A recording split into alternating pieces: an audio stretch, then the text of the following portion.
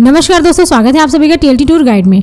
दोस्तों आज की इस वीडियो में हम बात करने वाले उत्तराखंड के 4 धामों में से एक बद्रीनाथ धाम के बारे में कि आप यहां 2024 में कब जाएं, कैसे जाएं, बद्री विशाल जी के दर्शन कैसे करें और यहां रुकने और खाने पीने के लिए क्या क्या सुविधा है और बद्री विशाल जी के दर्शन करने के लिए रजिस्ट्रेशन कब और कैसे करें। तो ये पूरी A to Z complete information आज मैं आप सभी के वीडियो में दूंगी और वीडियो के अंत में ये भी बताऊंगी कि आपका बद्री विशाल के दर्शन करने और आसपास की जगह को घूमने में कुल कितना खर्चा लग सकता है। तो इसलिए वीडियो को बिना स्किप किए पूरा अंत तक जरूर देखेगा ताकि आपको बद्रीनाथ धाम यात्रा से रिलेटेड पूरी कंप्लीट इन्फॉर्मेशन मिल सके। तो चलते वीडियो को स्टार्ट करते हैं और बात करते हैं उत्तराखंड के 4 धामों में से एक धाम बद्रीनाथ धाम के बारे में। नर और नारायण पर्वत श्रृंखला की गोद में अलकनंदा नदी के बाईं तरफ बसे बद्रीनाथ धाम श्रद्धा और आस्था का अटूट केंद्र है और यह पवित्र स्थल भगवान विष्णु के चतुर्थ अवतार नर एवं नारायण की तपोभूमि है। और इस धाम के बारे में ऐसी कहावत है कि जो जाए बद्री वो न आए ओदरी, यानी जो व्यक्ति बद्रीनाथ जी के दर्शन कर लेता है तो उसे माता के गर्भ में दोबारा आना नहीं पड़ता और प्राणी जन्म और मृत्यु के चक्र से छूट जाता है।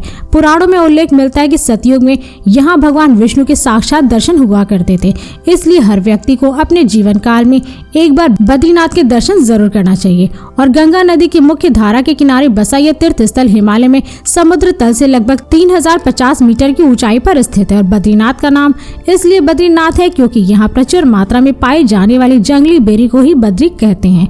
दोस्तों अब बात करें कि आप बद्रीनाथ धाम कब जाए और रजिस्ट्रेशन कैसे करें। वैसे तो बद्रीनाथ धाम एक ऐसा धार्मिक स्थल है जो लगभग 5 से 6 महीने तक यानी कि सर्दियों के दौरान बंद रहता है, इसलिए यहाँ जाने का सबसे सही समय अप्रैल से जून और सितंबर से नवंबर तक के महीनों को माना जाता है क्योंकि इन महीनों के दौरान बद्रीनाथ धाम के कपाट खुलते हैं और कई सारे प्रमुख त्योहार भी होते हैं जो कि यहाँ पर बहुत ही धूमधाम से मनाए जाते हैं। और साथ ही यहाँ जब बद्रीनाथ धाम का कपाट खुलता है यानी कि अप्रैल लास्ट और मई में, तो दर्शन करने के लिए यहाँ पर लाखों करोड़ों की संख्या में श्रद्धालु बद्रीनाथ धाम पहुँचते हैं। और जो लोग भीड़ भाड़ में दर्शन करना नहीं चाहते तो वो लोग बद्रीनाथ धाम सितंबर से नवंबर तक के महीनों में जाते हैं और नवंबर लास्ट तक यह मंदिर बंद भी हो जाता है। दोस्तों बद्रीनाथ धाम की यात्रा करने के लिए आपको रजिस्ट्रेशन करवाना बहुत ही जरूरी होता है। अगर आप बद्रीनाथ धाम के दर्शन करने के लिए ऑफलाइन रजिस्ट्रेशन करवाना चाहते हैं तो आप हरिद्वार, रुद्रप्रयाग और जोशीमठ भी पहुंच करके इस यात्रा का रजिस्ट्रेशन करवा सकते हैं। और वहीं अगर आप ऑनलाइन रजिस्ट्रेशन करवाना चाहते हैं तो आपको इस पंजीकरण की प्रोसेस में सबसे पहले उत्तराखंड टूरिज्म की ऑफिशियल वेबसाइट यानी कि registration&touristcare.uk.gov.in पर जाकर के कर सकते हैं। और इसमें आपको Aadhaar card, PAN card, driving licence और वोटर आईडी आदि जैसे दस्तावेजों की जरूरत होती है। तो चलिए दोस्तों अब बात करें कि आप बद्रीनाथ धाम कैसे पहुंचे। वैसे तो आप यहाँ पे बाई ट्रेन, बाई प्लेन और बाई फ्लाइट बहुत ही आसानी से पहुंच सकते हैं। दोस्तों यदि आप बद्रीनाथ धाम ट्रेन से जा रहे हैं तो यहाँ का निकटतम रेलवे स्टेशन ऋषिकेश है, लेकिन यहाँ पर बहुत ही कम ट्रेनों का संचालन है, इसलिए अधिकतर टूरिस्ट हरिद्वार रेलवे स्टेशन पर ही उतरते हैं क्योंकि यह रेलवे स्टेशन देश के विभिन्न शहरों के रेलवे स्टेशनों से रेल मार्ग द्वारा काफी अच्छी तरीके से जुड़ा हुआ है, जिससे कि आप दिल्ली, वाराणसी, अयोध्या, मुंबई, चंडीगढ़, कोलकाता, हैदराबाद, बेंगलोर और चेन्नई आदि जैसे शहरों के रेलवे स्टेशनों से ट्रेन पकड़ करके आप डायरेक्ट हरिद्वार रेलवे स्टेशन पर उतर जाएंगे। और हरिद्वार से बद्रीनाथ धाम की दूरी लगभग 311 किलोमीटर है और जोशीमठ से लगभग 40 किलोमीटर है, जिसे आप बाई बस या रिजर्व टैक्सी के थ्रू पूरा कर सकते हैं। हरिद्वार रेलवे स्टेशन के बाहर से बद्रीनाथ धाम के लिए बस लेते तो उसका चार्ज लगभग 600 से 700 रुपए पर पर्सन होता है और रिजर्व टैक्सी का चार्ज लगभग 4500 से 5000 रुपए तक होता है। और दोस्तों यदि आप फ्लाइट से जा रहे हैं तो बद्रीनाथ धाम का निकटतम एयरपोर्ट देहरादून में स्थित जॉलीग्रांट इंटरनेशनल एयरपोर्ट है जो कि देश के विभिन्न शहरों के एयरपोर्टों से एयरलाइंस के द्वारा काफी अच्छी तरीके से जुड़ा हुआ है, जिससे कि आप दिल्ली, अयोध्या, मुंबई, चंडीगढ़, वाराणसी, चेन्नई और बेंगलोर आदि जैसे शहरों के एयरपोर्टों से फ्लाइट पकड़ करके आप डायरेक्ट जॉलीग्रांट इंटरनेशनल एयरपोर्ट तक पहुंच जाएंगे। और यहाँ से बद्रीनाथ धाम की दूरी लगभग 304 किलोमीटर है, जिसे आप बाई बस, रिजर्व टैक्सी या फिर शेयरिंग टैक्सी के थ्रू पूरा कर सकते हैं।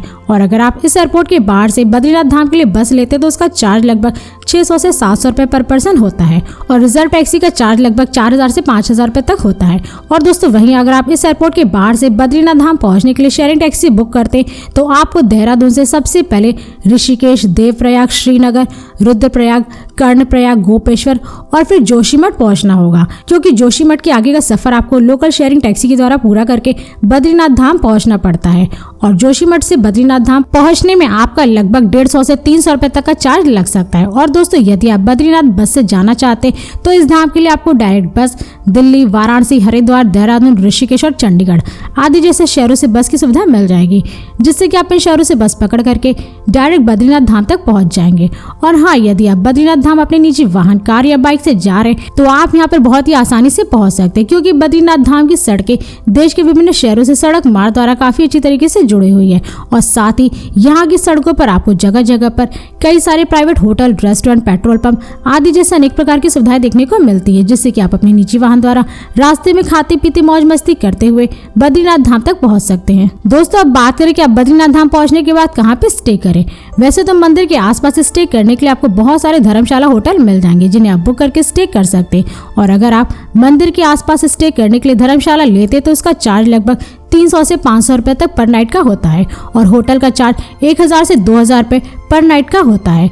और इसके साथ ही अगर आप चाहें तो अपना स्टे रुद्रप्रयाग और जोशीमठ में भी बना सकते हैं। तो चलिए दोस्तों, अब बात करें कि बद्रीनाथ धाम में खाने पीने की क्या क्या सुविधा है। वैसे तो आप यहाँ पे जहाँ भी स्टे किए वहीं पर आपको खाने पीने के लिए हर एक प्रकार का शुद्ध शाकाहारी भोजन मिल जाएगा, लेकिन अगर आप वहाँ पर खाना नहीं चाहते तो आपको जोशीमठ और बद्रीनाथ धाम के आसपास खाने पीने के लिए बहुत सारे प्राइवेट होटल, रेस्टोरेंट और स्ट्रीट फूड वाले देखने को मिल जाएंगे, जहाँ पर आप जा करके लगभग 100 से 200 रुपए में पर प्लेट भोजन कर सकते हैं। दोस्तों, अब बात करें कि आप बद्री विशाल जी के दर्शन कैसे करें।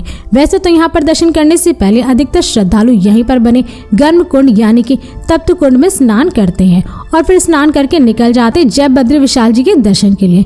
तो आप मंदिर में पहुंच करके लाइन में लग करके गर्भगृह में जय बद्री विशाल जी के दर्शन करिए, मत्थे टेकिए, अपनी मनोकामनाएं मांगे और फिर अगल बगल मूर्तियों के दर्शन करिए।